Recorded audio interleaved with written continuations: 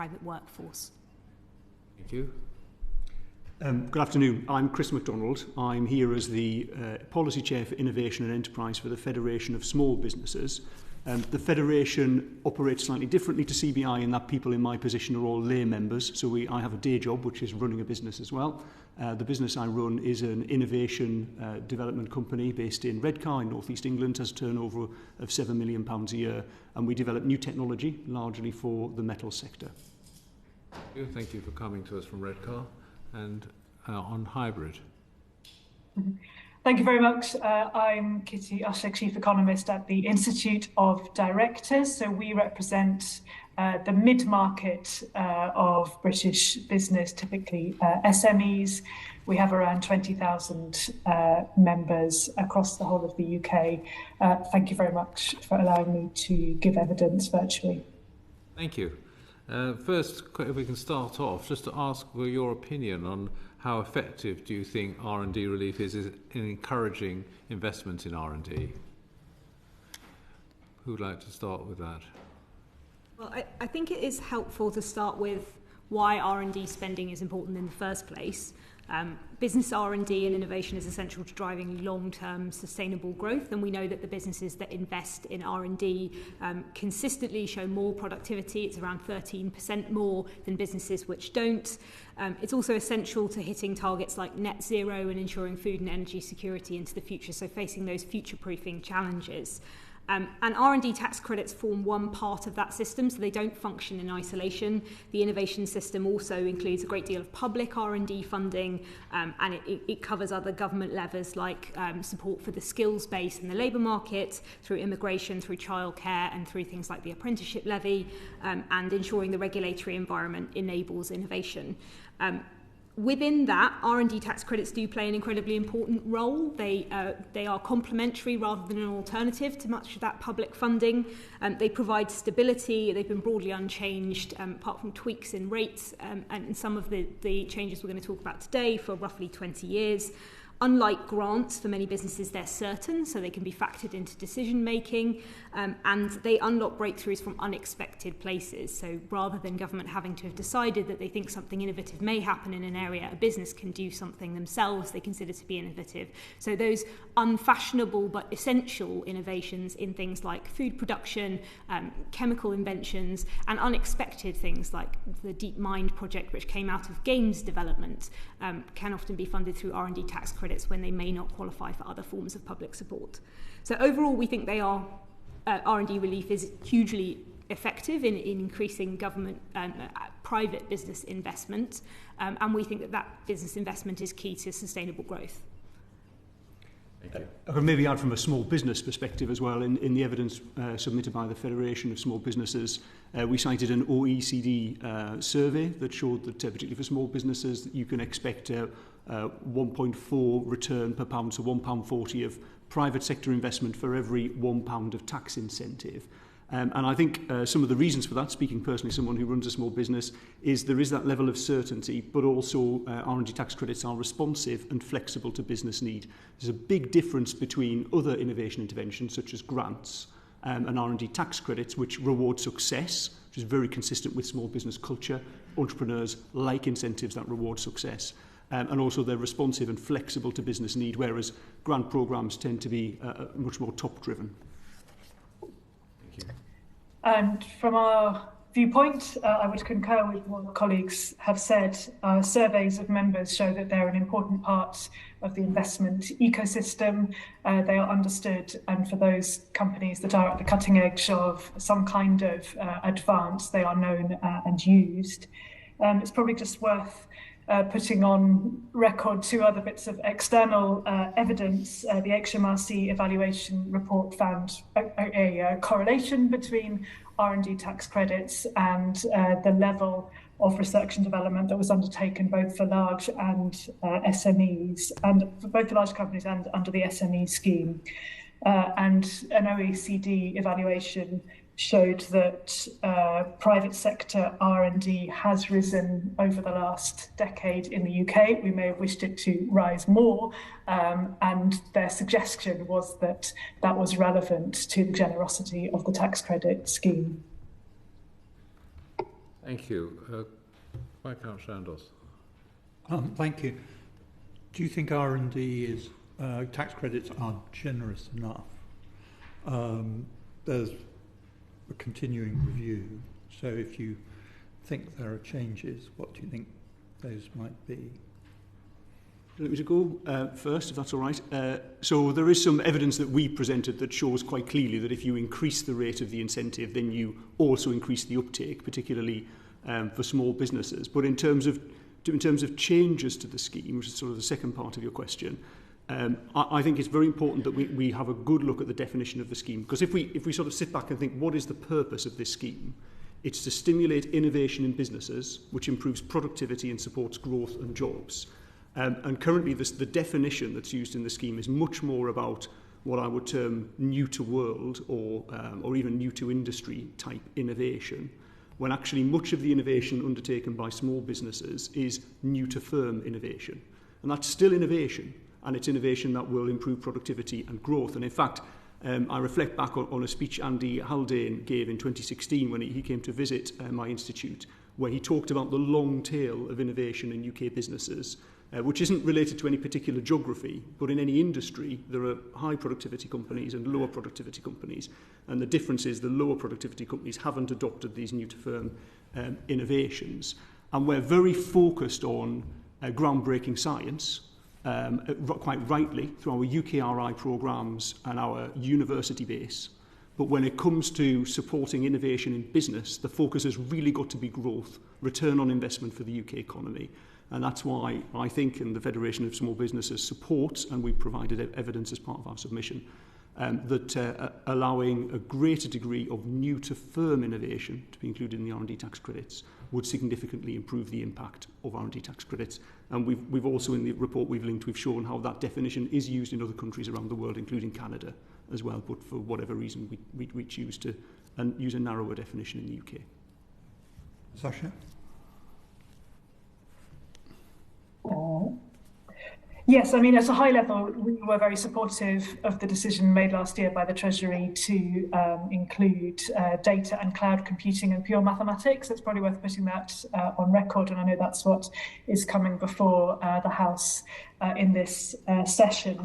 In terms of potentially expanding it, keeping it under review, I think there are probably some issues around charging the costs of ancillary services that are linked to R&D direct costs. So, for example, if core costs have to rise with some central functions of the organisation, for example, payroll, HR, sort of general costs of an organisation through an expansion that's taking place because the R&D is happening. For a smaller company, that is a very real cost of R&D, and so where the cutoff is in terms of the definition is important, and I'm not sure has been fully addressed and wasn't in the government's analysis and review of their own review. So we'd urge a bit more scrutiny there. A colleague from the FSB raised a really important point about new to firm technology, and we did address this in our initial written evidence that I think the committee has seen. I'm not sure what appetite, how realistic it is to ask the Treasury to consider sort of digital adoption as in scope of an R&D tax credit, important though it is for driving up productivity and growth across the economy. But the point is still really well made that the two go together when business decisions are being made, particularly by smaller companies who may be part of the long tail, even though they're working very hard. And so, perhaps part of the conversation is considering whether capital allowances are being used most effectively, particularly for sort of digital adoption of modern 21st century processes and cloud computing. And certainly our evidence shows that many of our firms think that would be transformational. It's just about having the incentives to firmly sort of prioritise it. So I'm slightly hesitant about pushing for something that may not arguably be in scope, whilst recognising how important it is as part of the same conversation. Maybe in giving Ms Jeffries her her moment, I could throw in a sort of supplementary for her and the other witnesses, which is, if it is to be more generous, should it be wider, broader in who it goes to, which is what I hear Mr. MacDonald saying, or deeper in terms of trying to increase fundamental innovation? So I think when we talk about generosity, for many of our businesses, we're talking about that in an international context. And so part of what they're looking for is where will they get the best rate of return? Where is it best for them to base their R&D activities if they have mobility internationally? And that's true both for the larger businesses who are globally mobile, but it's also true for new early stage businesses where you have globally mobile employees. If you have an individual who's setting up his first app, he might be doing it in San Francisco or Austin or Shanghai or London, and he has to pick between various different incentives in deciding whether to do that.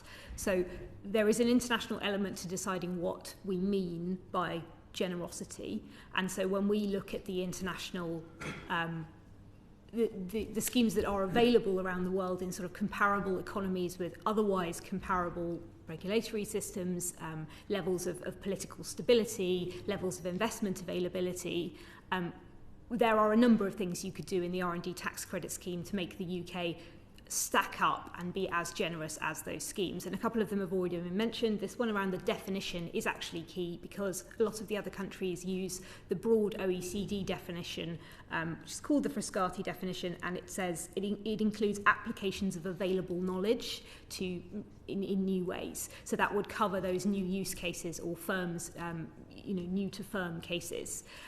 It would also cover certain models which are becoming increasingly common and which most of us would consider innovative but aren't necessarily captured by the current UK definition in tech and AI, where often they're using an existing algorithm but applying it in a new way, or in the case of machine learning, it's the human setting certain criteria but it's actually the machine doing the innovation, and it's unclear how those fit into our existing definition, which is limited purely to new advances in technology and scientific uncertainties.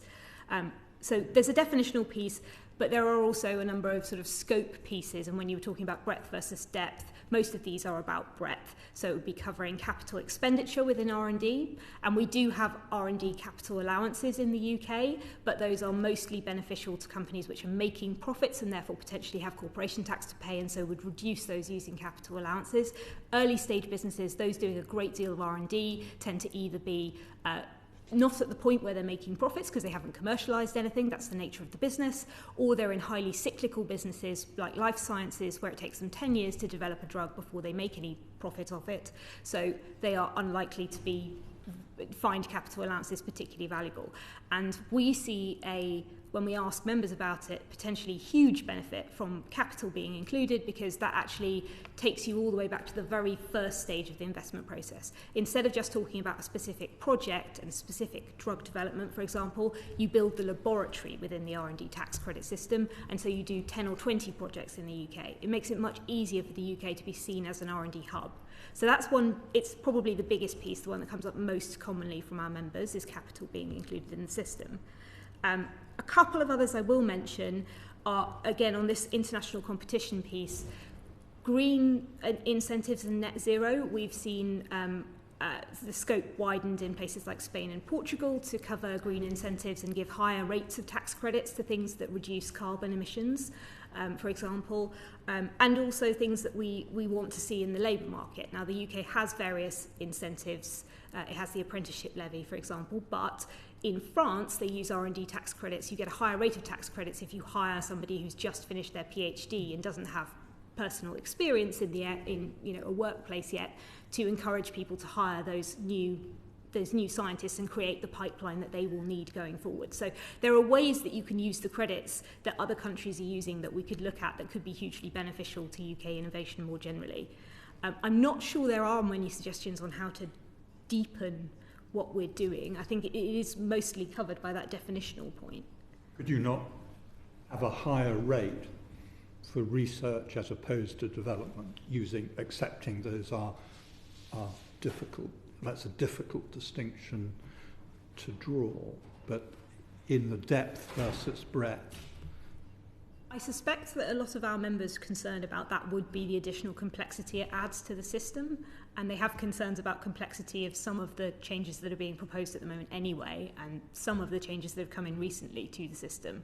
So adding that in, so you had differential rates for different parts of a project might make it even more complicated. We do have that to some extent anyway. When Kitty was talking about indirect activities, they already get a reduced rate in some cases. I think it's 65% as compared to full costs being covered. So it could be done, but I'm not sure businesses would necessarily see that as beneficial.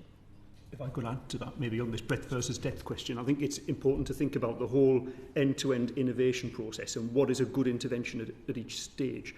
So the depth aspect, the fundamental science and research, is what what we do really well in UK universities. We're very well renowned for that, and it's very well funded through UKRI and grant programmes and so on. And the key thing is that research tends to be quite risky, and a grant is a great way to de-risk that research.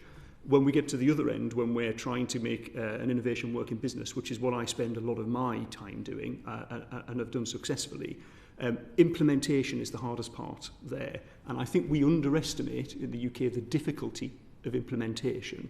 And that's why we're not really rewarding that particularly well compared with the fundamental research. And actually the greatest reward is on the breadth. If we can bring all of the businesses in a sector up to the standard of the most highly productive businesses, then we'll get a big boost in economic growth. So in short, my response is that I think that the depth of fundamental science research is best done in the places with the people, with the experts, with the right kind of intervention to do that, which is largely our university base. And in business, we need to focus on return on investment, economic growth, commercialisation and jobs and so on. And that's why I think this new to firm definitional change would unlock a lot of growth for us in the UK. Lord Monks. Thank you, Chairman. Chris, can I just check I got something right in something you said in your opening remarks? You said that at least I thought you said that the tax credit system is generally pretty well liked by members of the Federation of Small Businesses, and that it sort of fitted with the culture. It was a better way of tax credits were a better way of helping them than perhaps some alternatives. I don't know, grants or something you might have to apply for and be assessed on. Did I get that right? Yes, I wanted to be clear about that really. So I've worked in multinationals doing R&D, and I've worked with small businesses and in small businesses as well, and there's a clear cultural split. So to generalise, people who are entrepreneurs who are running small businesses, they in general believe it's right that they will be rewarded for their success, and they believe it's wrong that you would subsidise failure. I'm characterising, but perhaps if you know small business owners you might recognise that. So amongst the small business community, an R&D tax credit is seen as a reward for success, and a grant, it isn't accepted. If my competitor receives a grant for something, like why have they been given a subsidy, essentially is the response really. So small business owners, they're prepared to take risks. They understand risk in their business and these things as well, and innovation is also a risk. And I think it's best when government is working with the business community to work with the grain of the culture, essentially. And so automatically R&D tax credits have a greater level of acceptance. There is one caveat to that, which is the role of intermediaries and agents that sit between the small business to try and translate the rules of HMRC and so on. That is not taken very positively amongst the small business community, because it's seen as a kind of a non-value adding, sort of waste of money kind of service, necessary evil, as it were, to do that translational activity. So but the thrust of it, that it's something that rewards success, risk-taking that results in success that receives a reward, really goes with the grain of entrepreneurs and business culture in small businesses. Lord Marks, I think Lord Turnbull wants to come on to that point. I just want to clarify this idea of paying a tax credit for success. I thought that there was some basis in which if you did a lot of research but you never made a profit, you could still claim relief, or what I would think, or in effect a grant. It's being paid to you for the research you've done, not on the profits that you made from it. Yes, you're right. You can cash in tax credits at a lower rate against losses and historical losses. That's absolutely right. And that's particularly important for startup or small growing businesses, essentially, as they grow. And it's a good reason for those businesses to invest in new technology and innovation at that stage. You have to temper the language then to say that this is payment for success, when in fact some of it isn't. Some of it is paying, sort of, it's a down payment on success, perhaps. It isn't actually success itself. Yeah, that would be fair. I mean, tax credits really are a repayable grant, aren't they? Conditionally repayable, because it's offset. Well, look, it's selling your tax losses forward. I think in this room we can describe it like that, and it wouldn't be wrong to describe it like that. But I think the point I was making was about going with the grain of the culture in the small business community. And if you're, a small business person and you're looking at the kinds of things that you accept as going with your ethos, your mindset of being an entrepreneur, then the notion of relief on your taxes fits that culture far better than a grant. Can I explore that a little bit as well? Without putting words into your mouth, are you saying that the system of tax credits, which is largely UK, is more acceptable than grants, which is largely other countries, because grants often come with restrictions and directions, whereas a tax credit is simply repaying an entrepreneur for what the entrepreneur decides to spend the money on? There are lots of grants available in the UK too. And so the reason I've just said going with the grain of the culture, but also I think picking up on the point you said, and it goes back to the comment I made about flexibility earlier, that a tax credit can be used by a business to do what the business needs to do. Whereas grant programs, UK grant programs from UKRI, Innovate UK, would be the particular agency business will be bidding into. They're driven by Innovate UK's view on what is necessary for industry, based on a series of consultations they will have, which will not include a lot of small businesses. So if I'm a small business owner and there's some innovation I need to do now, R&D tax credits will help me to do it. Or I might see Innovate UK ran a scheme on that 18 months ago and might run one in 18 months' time, but that's no help to me now. So that's another reason why it's really important. And I think, and I'm sure you'd agree as well, that when it comes down to what innovation activity a small business should do, nobody knows better than the people in that business.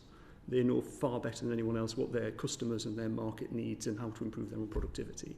So that responsiveness is a really key part of it.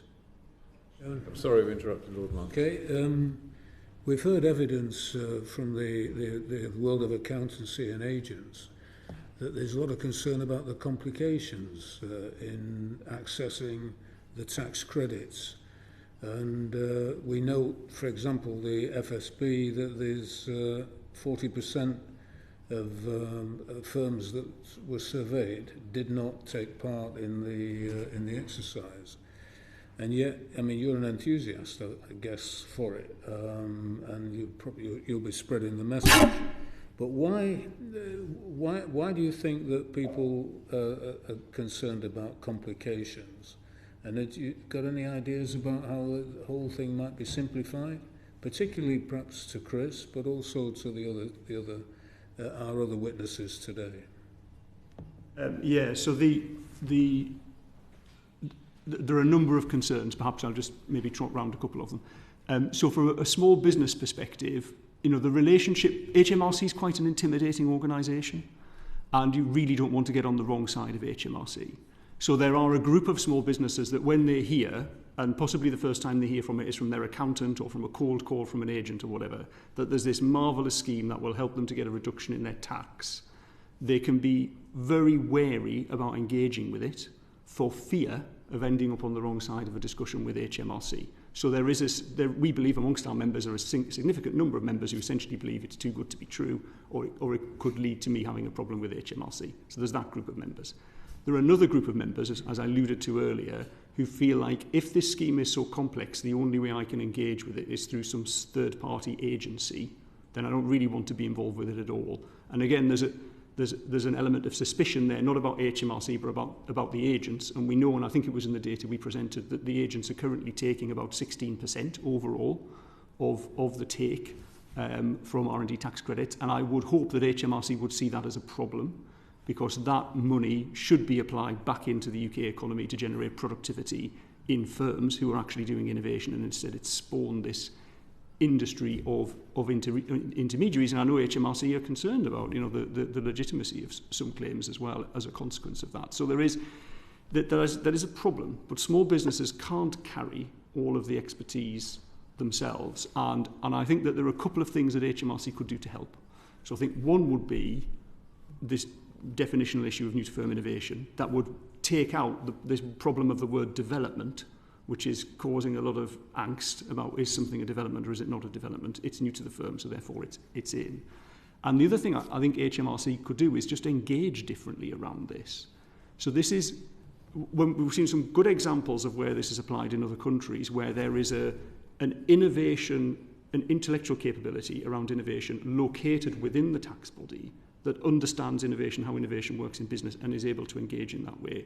This, having had experience of filling in R&D tax credits, this is not like a sort of tick box exercise. You need to carefully go through each project you've undertaken, identify the innovation potential of that project, which is naturally subjective, and then agree that with HMRC. And to do this effectively, HMRC needs to have capability within the organisation that can engage in that way and engage directly with businesses.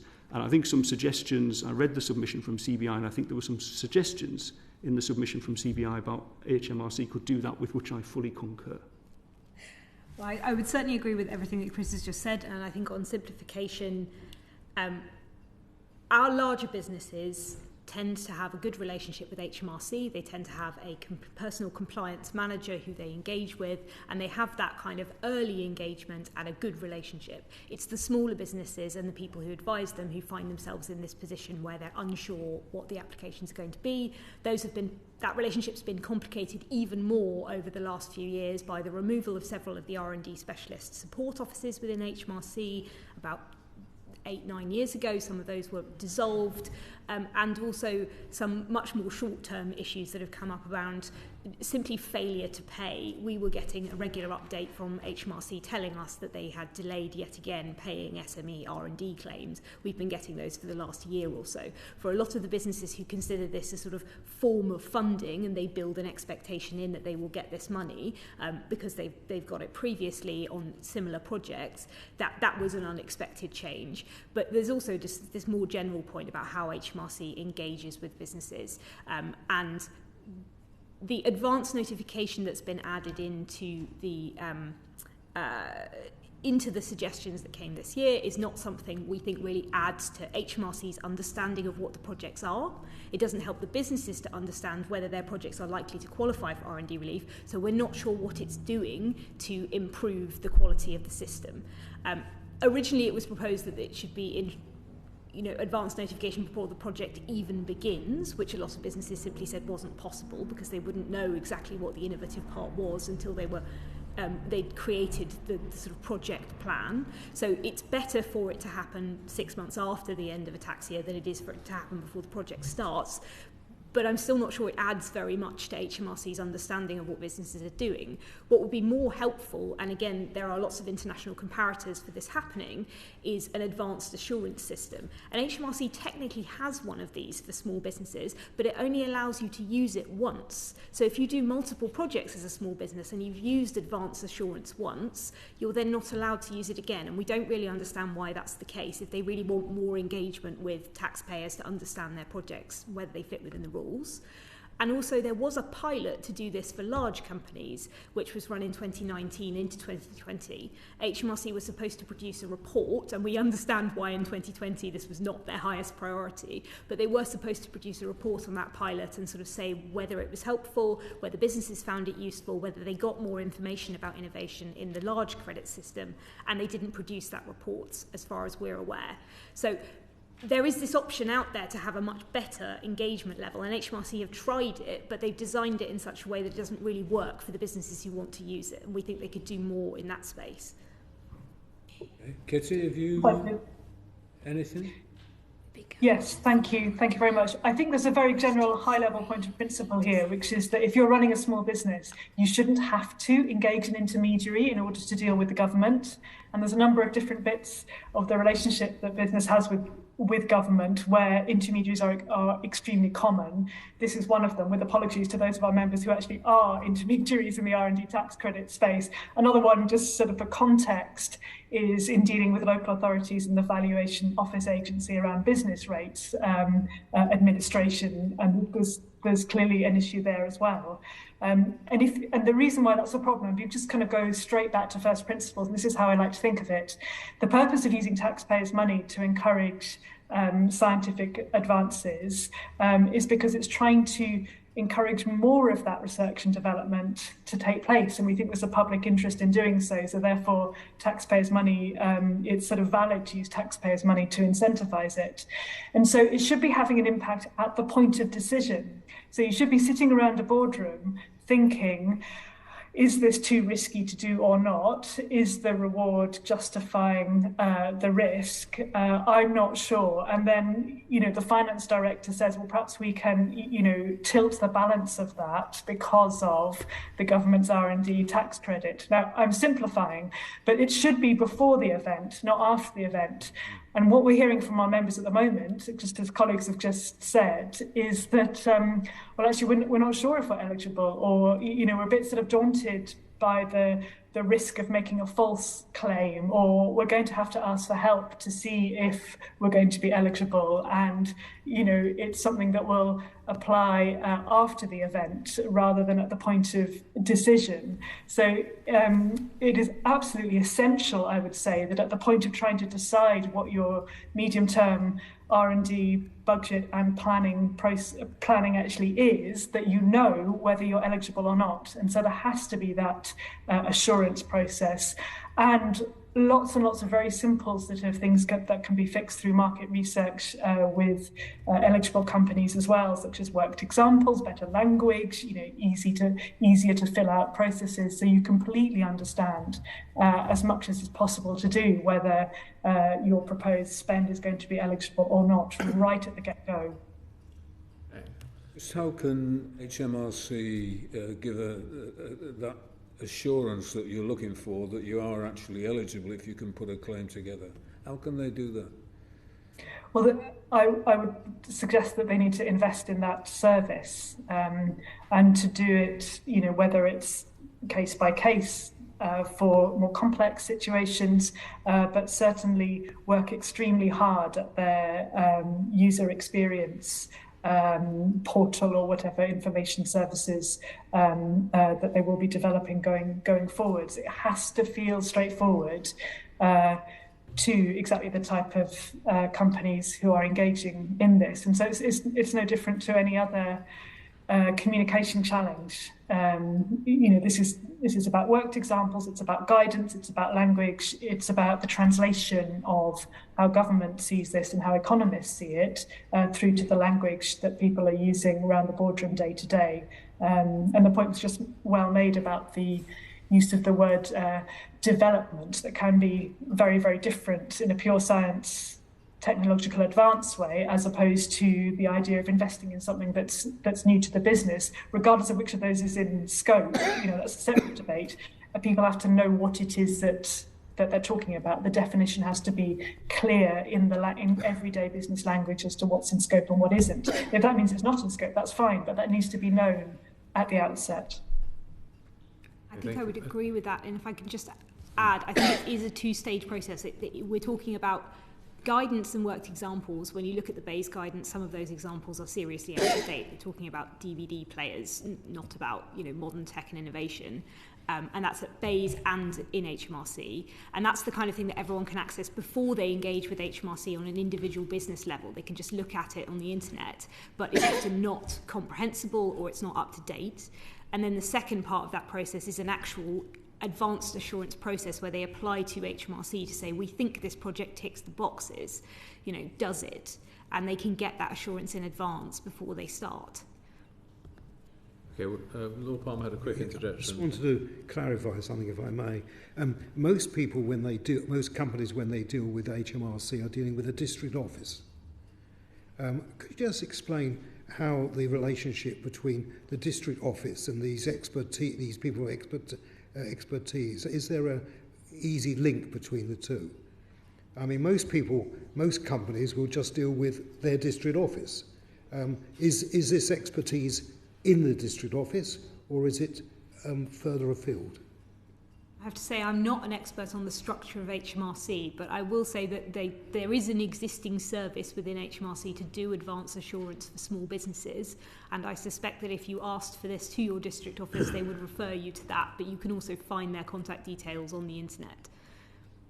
So there is an extra link, Chairman, in this between the HMRC most companies will deal with and the people who are actually dealing with the mechanics of this system of tax credits. It is something perhaps ought to be looked at. I think it's a different group. But yeah, yes. I know, but this particular experts have really identified to me that they're not sure where those experts live within HMRC. Thank you. We're going to have to move on at a bit more of a pace and try and everyone, including myself, restrict ourselves from supplementaries unless they're burning. But if we could move on to Baroness Noakes, please. We've covered some of this territory, yes, which is about international comparisons, and you've been talking about the different scope definition used elsewhere. But I want to move away from that and concentrate on research and development, as the UK government is trying to encourage, rather than new to firm terminology. I think we can park that as a separate issue. Looking internationally, which countries do you think are successful in terms of getting additional research and development in the terms described? And are there lessons from other countries in terms of being effective in getting more research and development?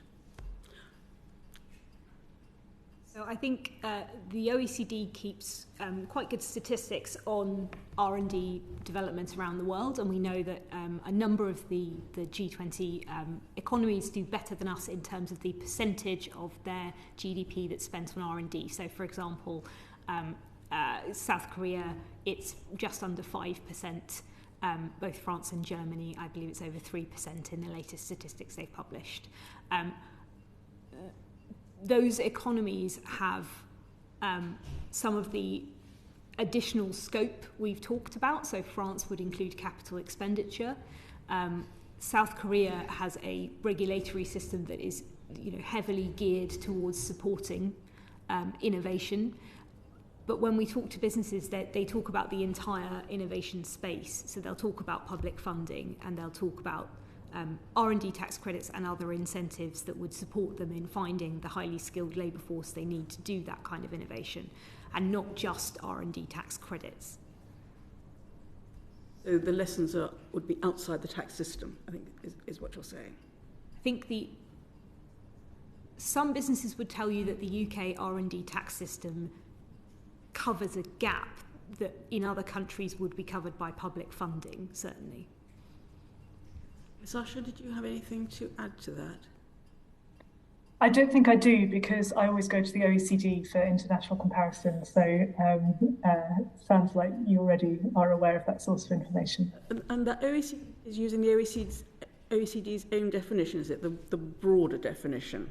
So we're not comparing like with like when we look at the level of R&D in the UK economy compared with, say, South Korea. It is one of the oddities of the R&D tax credit system that it uses this other definition, because, for example, the ONS in their private business investment in R&D statistics uses the OECD Frascati definition, which is a broader and different definition, and it's the one that most people are using. So that is the widely understood international definition, and the fact that the UK uses a different one specifically for R&D tax credits is an oddity. Thank you. Thank you. Lord Palmer. I'm fine. I do beg your pardon. This one. I didn't mean to. I thought we were making more progress than we are. I still think we're dealing with, when we're talking about R&D, an intermediate output. We're not doing R&D in order to accumulate a lot of intellectual property. We're doing it because we can then apply it to something and thereby achieve improved productivity. So what is the evidence that, for the length of time this scheme has been going, that it is actually getting through and making a difference to productivity? This is a very good time to talk about the last ONS statistical update. On September the 29th, you may have seen they released an update on business R&D investment, which adjusted their previous estimates by roughly 2/3 upwards. So it rose from, I think it's 25 billion to just over 40 in the last year that they'd done this adjustment, because they were underestimating SME investment in R&D in particular. So the reason that I think that's important in the context of this question is that I think we don't have the statistical basis at the moment to say what the level of productivity increase has been and what the impact on growth has been, because we're waiting for a much bigger methodological update from the ONS, which that we must won't get be to. evidence that productivity is growing more slowly because we're putting more input in, and yet there's no sign of any increased output from it. So as a result of that revision, unless there is a corresponding increase in output, you're not recording an increase in productivity, which is the real thing we're after. We haven't yet seen the methodological update on the output number, which they have told us they would expect to see some adjustment to. It will be much smaller, obviously, as a proportion than, because it's looking at the whole economy as opposed to just R&D, but they won't be in a position to give us that number for a while. The other thing I would say is there were some changes made to the R&D tax credit system in particular in 2012 around limits, which since then we've seen a huge increase in SME investment in R&D in terms of the claims that HMRC has seen. We would expect to see quite a long delay between the increase in claims and the actual productive output, because as you say, R&D is the intermediary stage. They develop a new process, they then make a claim for that process slightly further down the line. They may then commercialise, or the productivity increase they see from that process takes a while to feed through to the economy. So we aren't necessarily seeing the outputs yet of those particular inputs, and most of those are relatively recent. Most of this is based on the sort of faith that if you do the R&D, in the end it will get adopted, because otherwise you wouldn't have bothered to do it if you didn't think you were going to be able to exploit it. But we haven't actually seen the fruits of that coming through. I think the challenge is we don't have a counterfactual, so we don't know what would have happened if we hadn't done the R&D we hadn't done. Yeah. But what we do have is the OECD data, and it's not straightforward. So it says 43% of UK firms are innovative, and that's better than the USA, and it's better than China, and it's better than Japan, despite the fact we have a relatively small manufacturing sector. But our productivity is lower than many of these countries as well. But I think maybe what you were driving at is, how can we be sure that the innovation we're doing is adopted, that it actually sees some sense in the economy, which is the bit we're all bothered about. And I think when it comes to tax credits, we can have more confidence than we can with research and innovation grants, because the tax credits are closer to the sharp end, as it were. So the bit that I'm most involved in is commercialising technology. They're generally associated with that bit. More risky, less well-developed R&D tends to go down the grant route rather than the other route. I just also follow up a point that Lord Chandos made about widening and deepening. There is a school of thought that says that when this scheme was originally designed, it was meant to be designed for high-tech companies employing lots of scientists, and over time it's become more generalised, and the amount of kind of really groundbreaking work that's getting done under this isn't really what the original founders of the system were expecting to see. Do you recognise that? So I don't know what was in the mind of the original founders, but my view on it is that if you want to do groundbreaking fundamental new science, then the right way to do that is through grant schemes, and you would use our excellent university base and colleagues like that I work with, it liaise with those. And then on the other side of it, we've got a need to improve business productivity. And the best way we can do that, as I mentioned the data that Andy Haldane shared, is to bring up firms, lots and lots of small businesses in the economy, up to the level of the best in class. That's the best way to do that. And in the UK, we are often sort of sidetracked, I think, by, he's an amazing science investment that will deliver in a generation, when actually right now, today, we could get firms to increase their productivity and employ more people and add more value to the economy. And I would like to see some recognition, some focus on the fact that that's not an easy job to do. Implementation of science and research is a hard job, just as breaking new ground in science and research is as well. And I say that as someone who's worked across that whole field and has a lot of respect for people in all of those areas.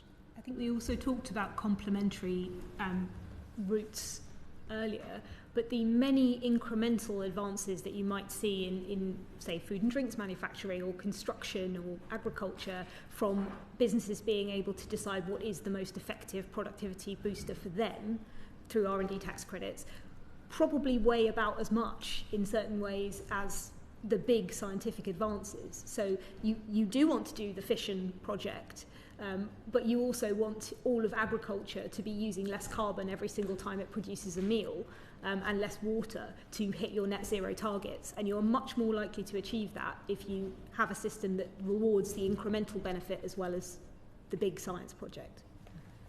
Did you want to come in on that, Ms. Usher?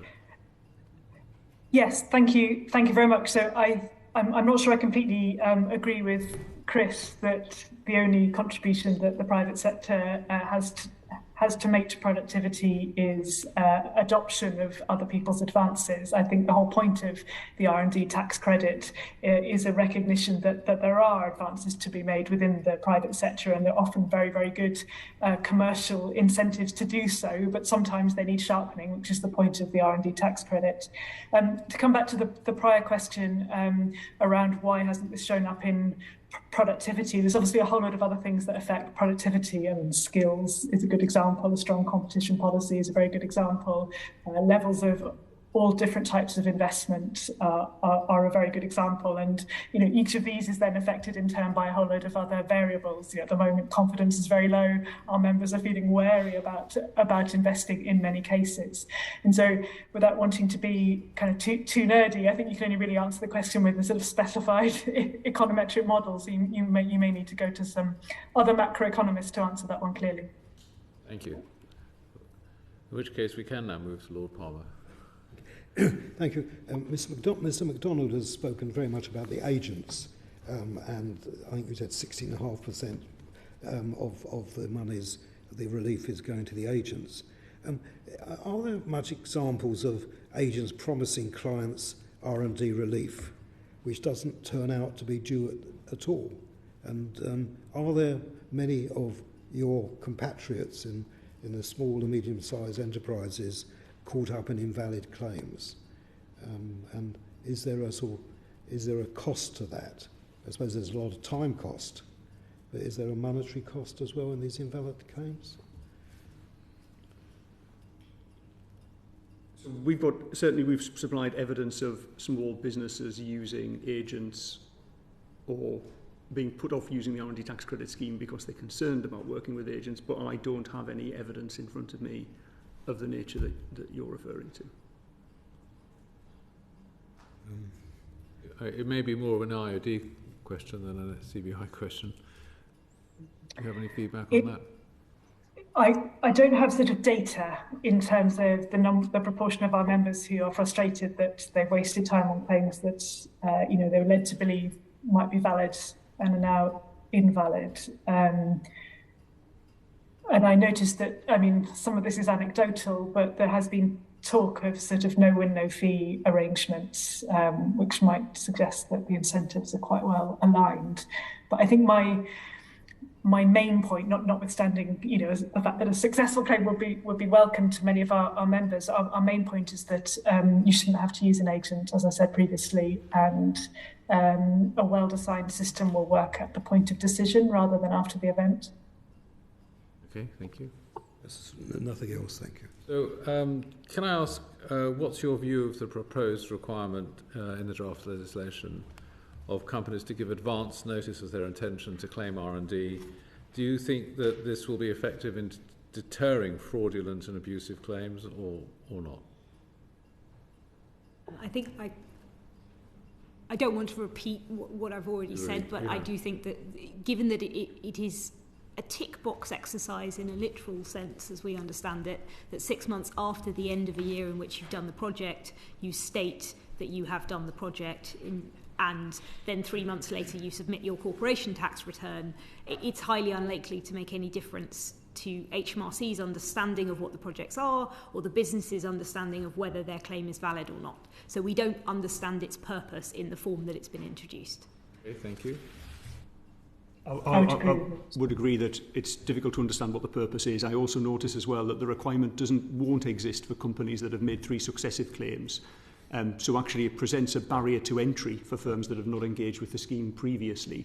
And I think that when we look at the data, one of the things we'd really like to do is try and encourage more schemes that currently are not innovating to innovate through the use of such an incentive, and this would certainly be an additional barrier to that.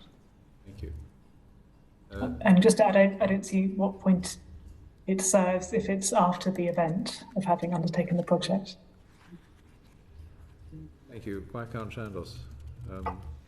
We've covered this a bit, but got to flesh that out.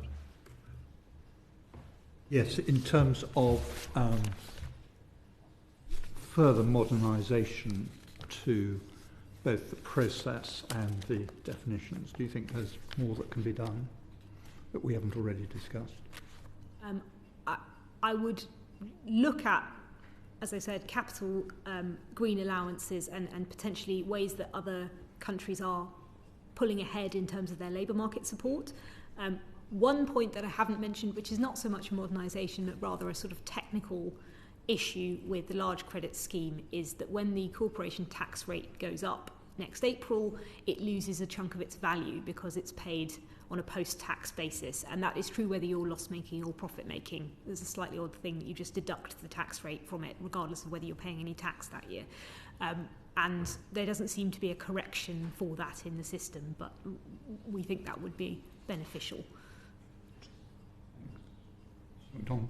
Well, part of the proposals included restricting the use of overseas organisations to do the R&D.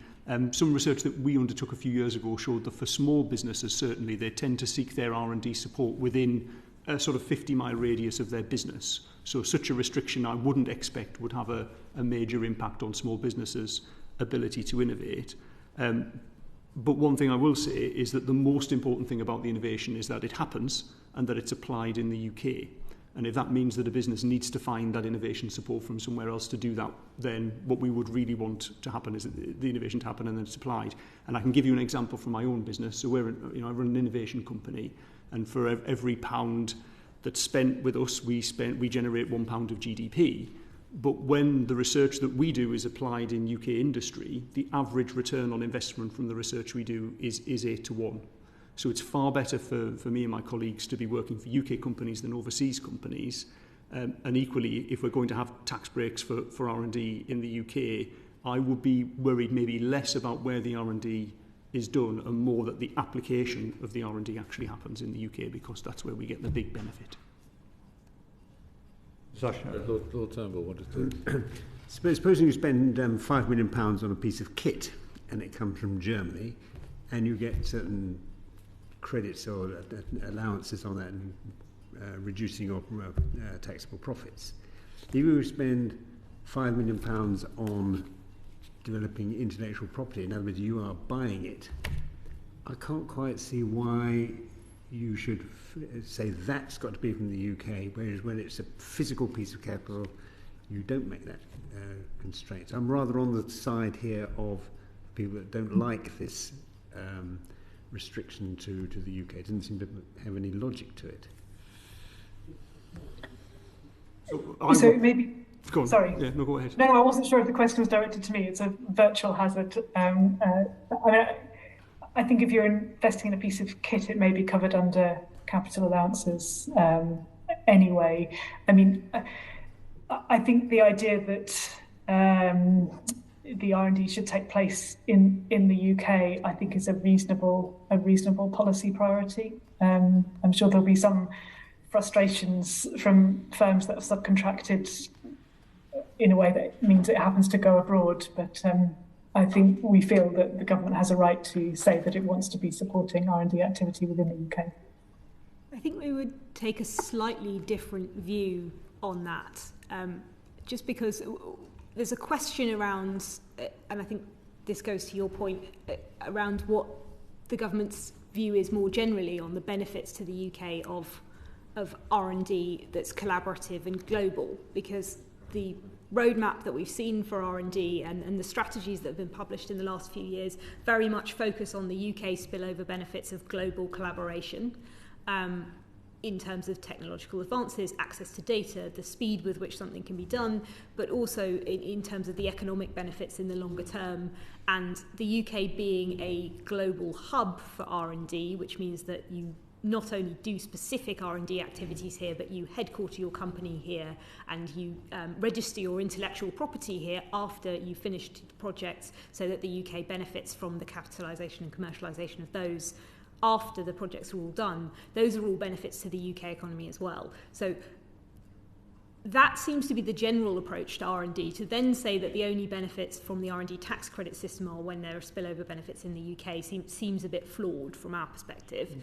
And there are quite a few examples, and businesses were pleased to see a relatively flexible exception to the restriction on overseas subcontracted R&D to cover the examples of where they might do something overseas but still have a UK R&D focus. So they might have regulatory requirements that they do most of a drug development in the UK, for example, but they still need to get it signed off before it can be sold into the US through the FDA using a US trial. They might have specific requirements in terms of their geographical or demographic testing.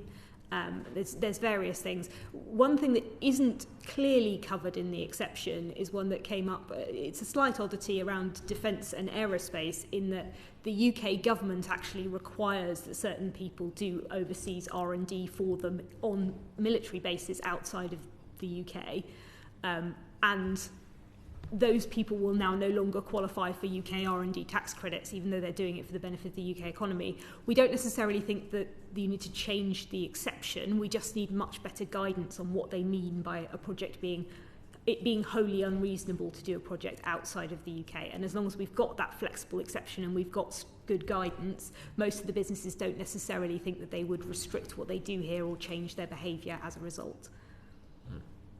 Isn't it a matter of trying to kill two birds with one stone, which is, by restricting it to the UK, you're both trying to stimulate the underlying technology and the skills in that, and increase productivity in the companies that use that. If you were solely focused on increasing productivity, you would be indifferent as to where the R&D actually took place. Well, that's my point of view, is that's what we should be doing. We should be focusing more on the impact that this has on UK productivity, and therefore the fact that you bought it in from outside and you get the same productivity as if you did it yourself. Yeah. You wouldn't prefer fiscally one route or the other. Sasha, you said you thought it was a reasonable, I think, policy. I thought I think it's an unreasonable policy. I'm on the side of the people that don't like this restriction. I think I said it was, reasonable, understandable. I could see why it was done. I suppose there are geographic spillover effects. There are cluster arguments. The point that's made about spin-outs from university, if that can be made, improved or enlarged, that's a good thing. I suppose I saw somewhere in the government response that the unavailability of skills in the UK was not a valid reason to have an exception, and that made me think that perhaps there would therefore be an incentive to train people up potentially in the UK if that was the only sort of marginal factor that was making a difference. And so I'm not quite sure why personally, I'm not sure we've spoken out about this hugely as an organisation, but I'm not quite sure why taxpayers' money should be spent having all of those things take place in a different country when we know that there are spatial effects and skills effects. One thing worth noting, though, and I promise I'll be quick, is that for businesses making investment decisions, they will have a checklist of what's available to them under the different schemes when they're thinking about what's most beneficial to them. Overseas subcontracted R&D was one of the sort of unusual outliers in the UK system that was a benefit, and that is now going to be severely restricted, and they will now be looking at our system as less competitive as a result when you then look at those other features like capital, like green support, like labour force support. So that's part of why we're pushing for these other areas, because the UK has become less competitive internationally by introducing this requirement, or will do. Okay, thank you. I think Lord Monk's question may have been... Well, just one postscript, Chairman, to that. I mean, if you look at the structure of British industry, particularly manufacturing, but other sectors as well, the commanding heights, to coin a phrase, a large proportion of them are foreign-owned, car industry being a particular example. And in my experience, the red carpet has been rolled out by the government for any major developments that have created jobs and wealth in particular regions that might be hard hit otherwise. And so the idea that they're going to take away the tax credit from some of these firms, I find quite strange. I think it's unrealistic, because I won't say showering them with gifts to come, but certainly the policy has been to lay out red carpets and give people grants for all kinds of things. So is there not a crucial difference between the small firm, which is mostly national in scope, not completely by any means, but mostly, and the larger ones, which are certainly not, and very few of them are. And are we seriously going to stop valued foreign-owned companies who are creating jobs in Britain from access to a particular benefit? Do you really think they are? So the restriction that's in the legislation is where a UK company subcontracts its R&D out to somewhere outside the UK. So, for example, if you had a foreign car owner who built a large plant here and was doing innovation here, they would still qualify for the R&D. I'm not aware of any attempts to restrict the amount of R&D credits they could claim, other than existing restrictions in the rules around like their payroll and their headcount in the UK. Which I think most businesses thought were perfectly sensible. Those are kind of substance requirements that you might expect for any kind of tax benefit to be available. So no, I don't expect to see that. Where this point is relevant, I think, though, is that you're quite right, that a lot of our manufacturing industry is essentially a branch office economy, that those large companies have integrated R&D networks across, say, Europe or globally, and they'll seek to undertake an R&D project that will include some expertise in the UK and some expertise elsewhere. And they'll make decisions on that basis. And personally, I'd rather see the R&D and the application of the R&D happen in the UK. But I used to run an R&D function in a multinational business, and I know that's not always possible. And where sometimes you have to make a choice, and where we have to make a choice, we definitely want the application here, because that's the really valuable bit. And it isn't always possible to do the R&D in the UK. I'll give you an example. The institute that I run has an embedded capital infrastructure for capital intensive R&D that runs into many tens of millions of pounds. It's unique in Europe. There are other facilities that are unique in Europe as well that companies will want to collaborate with, and we're not going to build all those facilities in the UK to do a little bit of R&D on them, but we need to access them. So I think when it comes to the choice, it's your point exactly that we want the application here. And just so that committee members are aware, we make no such call the other way around on fundamental science, where we pay academics in universities to do research that is only applied outside the UK. So we have a UK academic working, paid for 100% by the UK taxpayer, with zero application in the UK. The application is all overseas. So in this instance, I think to allow some of the research to be done overseas, to secure an application in the UK which will add value to the UK economy, is a good deal for the taxpayer. Interesting, thank you. Baroness Noakes.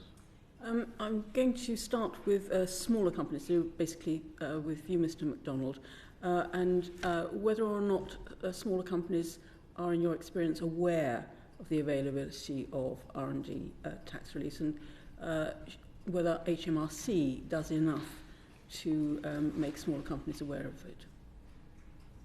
So there is clearly a deep pool of small businesses that are not aware.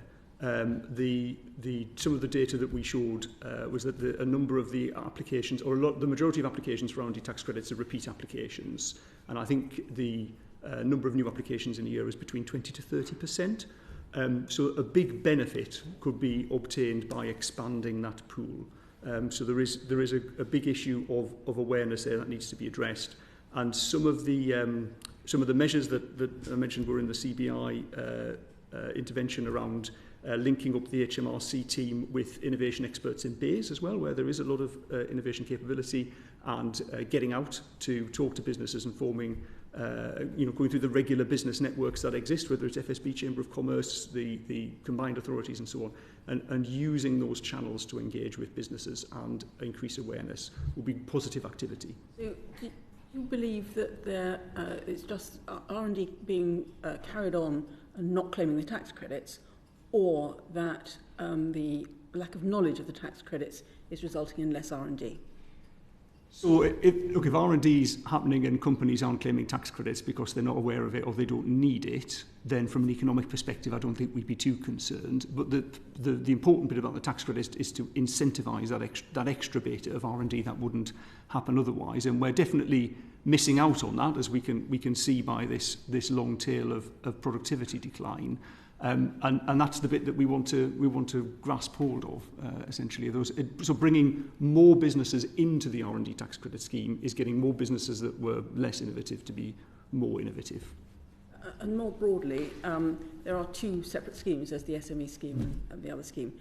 How easy is it for companies, particularly at the smaller end of the scale, to know which scheme they should be in? So it can be confusing, and it is possible to make genuine errors. This is something my own business has struggled with. So I employ a team of R&D experts, and we do some R&D that our own business does, and that's covered under the SME scheme. And we do some R&D that's subcontracted from larger companies, so that will be under the large company scheme. And you would imagine that was simple, but it isn't always, actually. So we have had projects that have ended up in the wrong scheme. My experience has been that we've generally worked through that with HMRC, and personally we've had a positive experience both ways when we've overclaimed and underclaimed, and HMRC have helpfully worked it through with us. We're a very R&D intensive business, and so we do have that strong relationship with HMRC, and they don't worry us in that way. But as I mentioned before, for some small businesses, they find HMRC quite an intimidating organisation. And that's where maybe the BAYS specialists, the specialists in the business department, could be of use. So do either of the other two witnesses have anything to add on whether or not the two schemes leads to inefficiencies in the R&D tax relief? Just briefly, in the evidence that we gave last year, we thought that actually for those companies that do use it, there is quite good knowledge that there are two schemes. So it might actually complicate things more if there's an attempt to merge them. But there is we did pick up some evidence as well that sometimes people weren't quite sure which one of the two, even though they knew they were two, they were eligible for. And there were a few anomalies that have been corrected in the legislation about when you fall foul of that through no fault of your own due to the way the company's organised. So I think we're kind of broadly content with having two schemes. And the SME one is slightly more generous, which benefits our part of the economy as well. Thank you. Anything to add? I think so. In the initial R&D review a couple of years ago, this was a suggestion that came from government of merging the two schemes, and at that point we had kind of taken the position that if it were overall a simplification and also the benefits of both schemes, because the rates are different for SMEs and more beneficial in most cases, were retained, then a merging of the two schemes might be sensible. But for similar reasons to the ones Kitty's just given, when we speak to SMEs in membership, they actually prefer the SME scheme as it is. It's been in place for so long that they fully understand it where they are using it, and they don't necessarily think that rejigging the entire system could be done in a way that was genuinely beneficial to them. Thank you. Lord Turnbull. Initially I was going to ask whether HMRC provides sufficient support to smaller businesses. I think the more interesting question is, does HMRC have all the capabilities it needs to provide support? If it's got it, it will be better able to write better guidance, be more knowledgeable in its interaction with companies. And is this something that HMRC can't really do on its own? Has it actually got to form some unit that is effectively a combined team of HMRC and BEIS, which is knowledgeable about SME high-tech innovation companies? I think the very existence of the intermediary agencies that have grown up suggests that there is a lack of capability in HMRC, and I think it's very understandable, because this is a complex area. The technology is complex, and often you require knowledge of specific technologies in order to make this kind of judgment, and sectors as well. But my experience of dealing with BEIS is that there are some really good technology experts in BEIS in the various different sector teams as well. So I don't think it's beyond the resources of government at large to be able to provide the support that's necessary.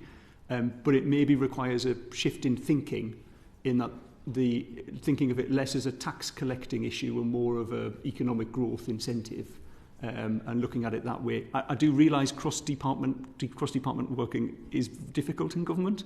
There can be a tendency to create new sort of little silos in different places and so on. So I don't think this is an easy organisational challenge to solve. If you're spending $7 billion a year, which is what is going on in these combined schemes, surely the government's got to invest in the capability from wherever it can get it in government to make it worthwhile and do it properly.